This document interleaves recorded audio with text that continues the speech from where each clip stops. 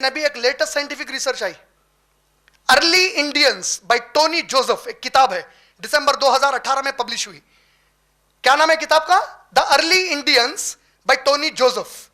उस किताब में जेनेटिक साइंस, जीनियाती साइंस, जेनेटिक साइंस की लेटेस्ट रिसर्च बताती है आज इंडिया का कोई इंडियन नस्लों से इंडियन है नहीं, पूरे माइग्रेट हो गया है। इसमें एक भी नहीं है यहां पे जो हजारों साल से यहीं पे बसा हुआ है।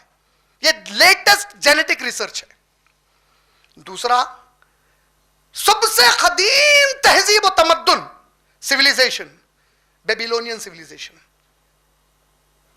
Mesopotamian, Egyptian, Chinese, Indian, Persian, सबसे कदीम। कितने कदीम? सबसे पुराना 10,000 साल पुराना है। तो हम फख्र कर रहे हैं कि हम भी उन पुरानों में लेटेस्ट एक तहकीक आई, आर्कियोलॉजिकल डिस्कवरी हुई, आसार कदीमा से मालूम हुआ कि इंडोनेशिया में कुछ पत्थर निकले जिसमें कुछ जानवर वगैरह के तस्वीर बने हुए थे।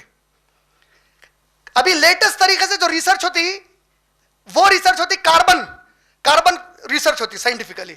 उससे पता चला कि वो जो पत्थर है 40,000 साल पुराने हैं। यानी ये जितने कदीम अभी तक बोल रहे थे, इनसे भी 30,000 साल पहले कोई इंडोनेशिया में रहते थे। ये पूरी बातें क्यों बता रहा हूं? ताकि आप लोग मिलकर अपने गैर मुस्लिम भाइयों बहनों को समझाओ कि ये सब बातें सिर्फ झगड़ा पैदा करते हैं, इससे नुकसान है।